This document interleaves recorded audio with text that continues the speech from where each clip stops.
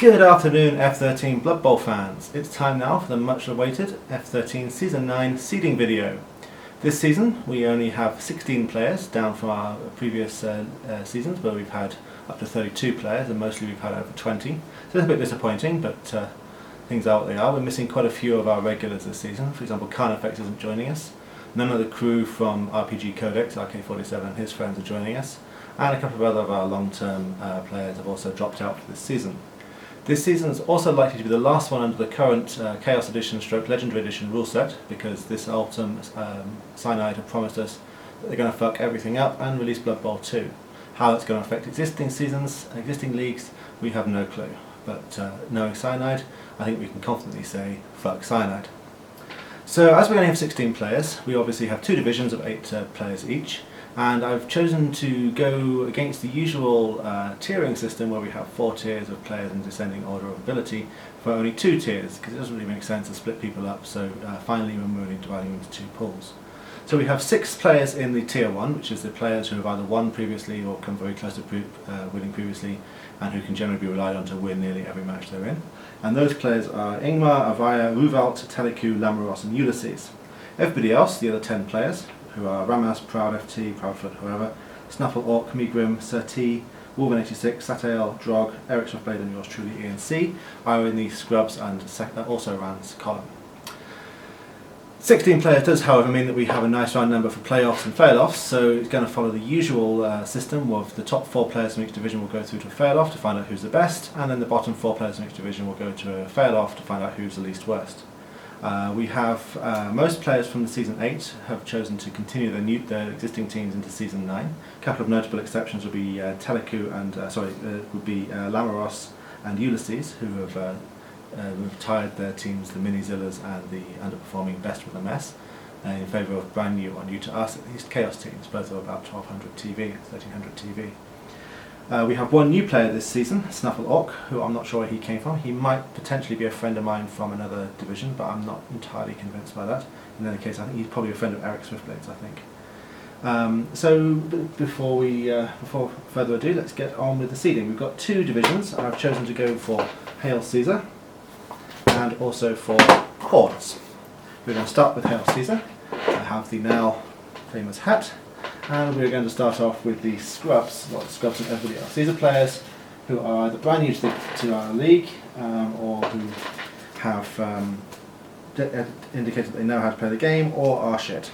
All of the above. Some of these players probably do deserve to be in the top tier, however, in the interest of having a nice balanced number in each division, each tier, I've chosen to restrict the top tier to only 6 players. So people like, for example, Migrim probably deserve to be in there as well, but he's not, so sorry about that, dude.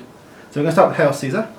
The top one, the first player to be drawn for Hail Caesar, is Ramas and his Skaven team, the Ermine Vermin. So going on to Hordes then. Next one is Proud FT, Proudfoot, and the Khemri team, Burrowing Beetles, the only Khemri team in this season. Now we're coming on to Hail Caesar again, and we have the first of many Chaos teams, Satael and his Chaos String Theorists. And going back to Hordes, and another Chaos team. Chaos are the most popular team this season, with 5 teams represented. That's Wolven86 and the Vibrant Filling. Now back to Hail Caesar, and we have Sir T and Kwai Hai, one of the 2 Wood Elf teams. Sir T's been in a couple of the leagues so far that we've had in the 9 seasons of the f13 league's been going, but he hasn't always enjoyed himself. So I'm hoping that this season he'll see it through to the end and he'll enjoy himself and have some fun games. Maybe the Wood Elves will be a nice change for him, because he played Dwarfs previously, not an easy team to win with. So anyway, go back to Hordes, and we have Eric Swiftblade and the Captown Orc Boys. Eric did very well. He did very well in the last season. He got through to, I think, the semi-finals with his Orcs. I've become quite a force to be reckoned with. He's been playing for about 3 seasons now. Speaking of Orcs, back to Hail Caesar, and the next one is Snuffle Orc, who is rather surprisingly, given his name, playing a Skaven team, the Scum Sewer Surfers. Skaven are the second most popular team this season, with 3 teams represented. Now on to Hordes again, and we have yours truly, Mr. Ian C, and his team, Skaven team, the Persecution. Now back to Hail Caesar. Last one of the Scrubs for Hail Caesar is Drog and the Muscle Duddies, one of the 2 Corn Demon teams represented. which means the final Hordes team is the other Khorne Demon team, which is Migrim and Huitzilopochtli's Gift. So now we're going on to the Tier 1. These are the seriously good players who know what they're doing, and generally you'd be a fool to bet against these players. Again, we're going to start with Hail Caesar, and the first one for Hail Caesar of the Tier 1 players would be Teleku and his Hazardous Hippies, the other Wood Elf team represented this season. They've been around for about 4 or 5 seasons now, and they're terrifyingly skilled, although they're carrying quite a bit of TV blood. So on to Hordes. The Tier 1 player for Hordes is Avaya and his Bleating team, Nurgle. Avaya is a very good player, and I feel that he would probably do better if he wasn't playing Nurgle, but his team is very, very tough to beat.